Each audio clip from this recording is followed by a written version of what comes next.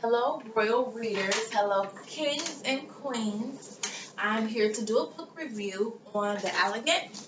It's a part of the Divergent series. It's a three-part series.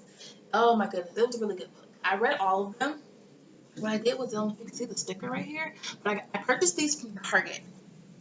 And what I would do is I read the book so quickly that I just ended up returning them in the 14 days and just getting the next book. So basically, I really only paid for one book, but I got the benefits of three books. I don't know. It was a good book, okay? So, needless to say, these are really good books, and I actually decided to keep this one. This was the final book of the series, and the reason that I chose to keep it was because it just was. There were so many life lessons they discussed in these books, and it was just really interesting how she went about it, and it kind of felt like they were talking about what's going on now, and social economics and how different communities interact and how we want to be a part of one thing and how some of us just may defy rather the categorization that we like to put people in. We all like to categorize, put people in certain groups. The allegation is this big test that you have to go through and decide who are you and who you are not. In a matter of a second, your whole life is dependent on this one decision. It's a lot of pressure. We don't quite have it like that in the real world, but it's really kind of symbolic of that kind of experience. Feel like you have to be put in some type of package, and just sit there the rest of your life. You can't really make any changes once you've made the decision. It's just the decision you have to stick with, which isn't not always as accurate, but we're made to feel that it is. We're forced to choose in almost every aspect of life. But back more to the book. In essence, it says one choice. One choice can transform you, one choice can destroy you, one choice will define you. And as much as I like to say it's not about one choice, it's about several choices that you choose to make in life. It is very profound. It was very interesting. The one character who you expected to live, you expected to make it. They're just so heroic. They're so brave. They're so strong. They're so loving. And they don't make it. And it's just so symbolic of so many things. You invest so much of yourself into other situations, and trying to be the hero in the story. You want to be the victor in your own story, or other people's stories as well. You want to say, I helped, I did this, I did this, I did this, I did this, I did that, I did that. And at the end of the day, this particular character, as heroic and as loved and as respected and revered as they were, um, in all their resilience, at some point, they gave. They didn't make it. And you usually have love stories, you're expecting that Hollywood fairy tale ending where they're just together and they have a beautiful family and they have children and they, travel and whatever, such and so forth. And that just didn't happen. It was more about the process. It's about what you learned through the process. And one of the final notes in the chapter was that it was just acknowledging their memory and knowing that that person was able to impact you and that person was able to teach you to love and to explore, whether it be a person or maybe it was a particular position that you had or something that you did. It was just a really profound book, the type of life lessons you could get. And there were so many. That was just the one that really stuck with me, such that I actually cried at the end of the book, like it was an actual movie. I sat there and cried. I mourned for their relationship. I was going through some type of grieving process. It was such a vicarious experience. I really sat there crying. I had people checking. I'm like, "Whoa, are you okay? What's going on?" I'm like, "Oh, I'm just reading this book." You know, and it was really deep. I didn't anticipate that. I did not anticipate that. It was a really good book. Um, I think it was really practical. It was nice big writing for the most part. So it doesn't look big on the screen, but for the most part it's fairly big.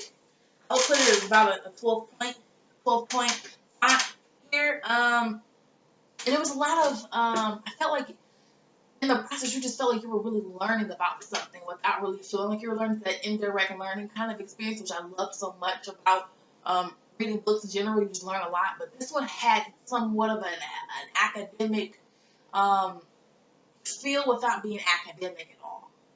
It was very interesting. I really liked this writer. She's amazing.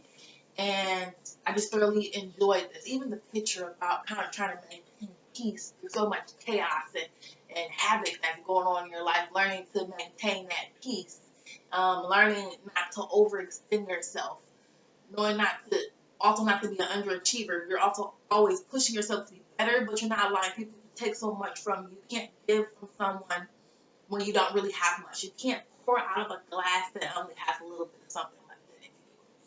And that's kind of what I grabbed from this. That to when you do something, to really do it, but don't overextend yourself, especially when you're dealing with folks, because she really overextended herself with a lot of the relationships that she was in. She should have had something internal that told her to stop, and self-preservation of things of some sort, but she just really didn't have it. She just cared so much about humanity that she basically walked herself to her own death, and she had defied it so many times. I think she just thought that she was that, one divergent person who just wouldn't die, so to speak, or just wouldn't succumb to the environment. But at some point, you have to protect yourself and choose to live. Sometimes we get so engulfed in what we're doing that we really forget, we want to wake up tomorrow. So it was so interesting and it was so profound. I really enjoyed it. It was a really great book. I learned so much from it, and I was really fortunate to be able to have that vicarious experience, to be able to learn those lessons through sitting down and just reading the book. So to my royal readers out there, if you have any books you would like me to do a book review on, I have hundreds of books, so I'm planning to do probably about 100 videos. Hopefully that works out. And if you have any that you recommend, it doesn't usually take me too long to read one. I have a little bit of spare time. Won't have very much, so I have a little bit that I just can chunk out just to do a nice review. And once again, thank you. Subscribe. Let me know what you think.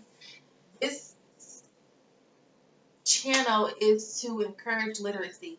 It is to encourage the children to read, to explore, to learn about things. You don't necessarily have to travel to travel. It's that vicarious experience you get from just reading books from different places and different cultures, and just being able to be a part in that way. It's just such a unique experience, and I think that a lot of times the young generation, in so many ways, they're deprived of that because they don't have interest in it. So whatever we can do to encourage them, I would like to think that we would try. We use social media to advantage of agendas of violence and brutality and just fear and a lot of disgusting dialogue by people who really shouldn't be in positions that they're in. But we should also use the social media to encourage and uplift and tell people that you are beautiful kings and queens, and that your education is important, whether you choose higher education or not. You being able to learn and being able to have the wonderful experience of imagination and being able to enjoy a good book is important. And there are people who will encourage you. So I have a lot of items that I'm going to send and donate.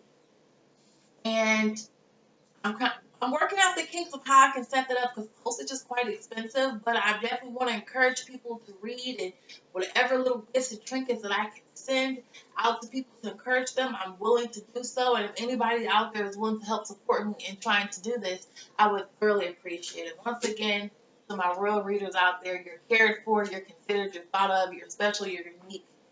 Thank you. Book one.